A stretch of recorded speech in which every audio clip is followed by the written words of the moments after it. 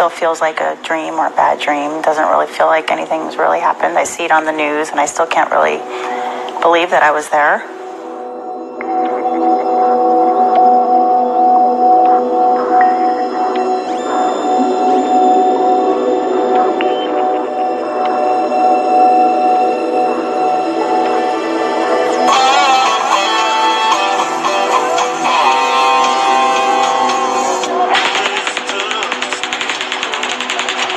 There was some popping sounds that everybody thought maybe were fireworks. I'm just really enjoying the concert, and then all of a sudden we hear what sounds kind of like firecrackers, you know? It's just like a ta-ta-ta. Like almost like firecrackers in like a metal barrel. And then next thing you know, we hear the shots again. Because you heard the brrrr, and then you can hear it ricocheting off of everything. You can hear it hitting buildings, you can hear it hitting the concession stands, and you can hear it hitting the floor and the ground and everything. Like literally 10 feet in front of us, security guard that had told us to put our hands up earlier because he was on my shoulders. He got hit immediately. Then other people started getting hit.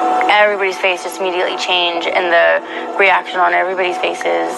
And everyone running away from the stage, or at least that I could think. That's the direction that I ran into. And then it just seemed like the whole crowd just started just coming at me. I thought we were gonna die.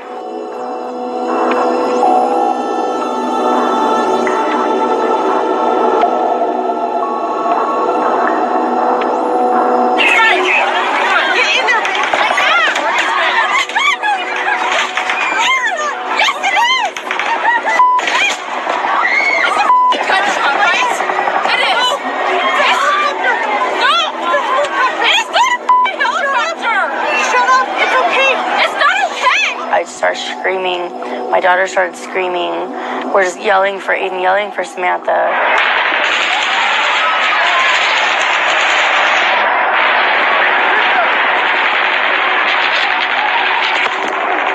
And a man came up from behind me, grabbed her like a sack of potatoes, grabbed me by my belt loops, and was like, "Run now." It was like a nightmare. You know, you're just so scared, you're just running. I can remember now, actually, are the popping sounds of the rifle rounds or whatnot. You think the worst, and especially if you're a kid. It was like a war zone, honestly.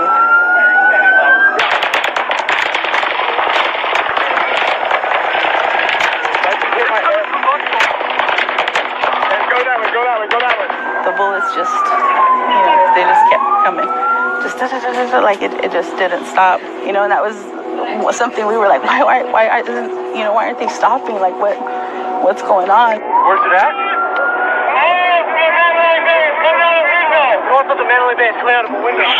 They were all trying to keep me calm. I had told them I had been hit, and they ended up carrying me to the main road. We need your truck. We just need to get people over to the hospital, okay? Okay, go ahead. Put them all on the map. Okay. Can you pull over towards the side over there? You know what? This person right here. Hold up. Someone in a truck or car ended up transporting me to Desert Springs Hospital. This is horrible. Yeah, hold on. Try it now. Oh my God. People just came out of kind of nowhere, these men, and helped us up and basically threw us in the back of that truck. Yeah, we had 8 in the back, in the bed of the truck. 4 of them were shot. We actually had 4 people in our back seat, plus me and her. And it was just, okay, we gotta save these people. There was one girl that was shot in our back seat.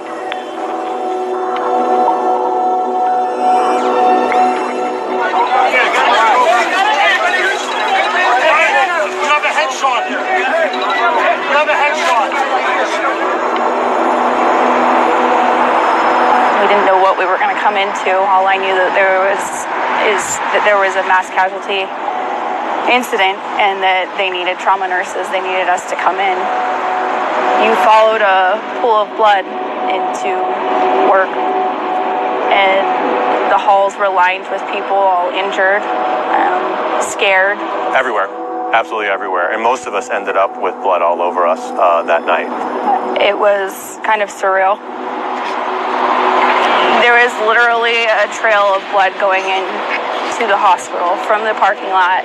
People were being pulled up in trucks, in the back of trucks, in limos, in Ubers.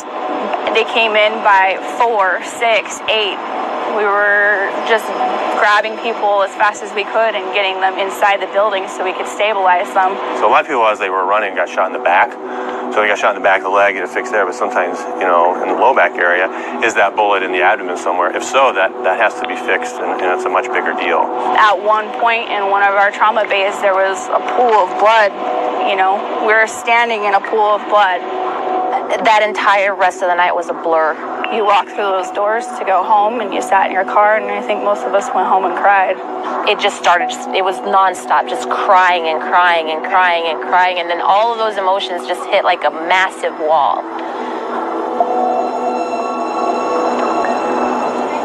I wish we could have done more. So.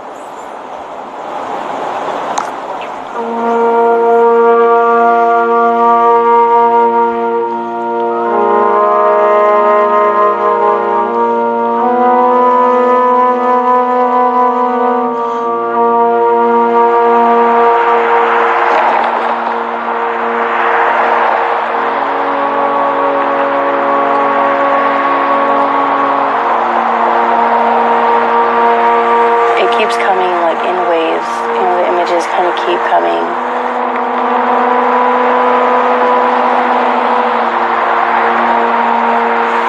My daughter, she came to me and she says, "Mommy, I don't know how I'm gonna go to sleep tonight." I said, well, why not? And I said, just cuddle with these hungry stuffed animals. She says, "But Mom, every time I close my eyes, I'm right back there. Every time I close my eyes, I hear the gunshots and I see people falling and I see, people running and screaming." She says, I can't sleep. I don't know. It's just going to take being around my family, and then, me and Helly, we shared this experience together. So I think us talking through it too will definitely help us.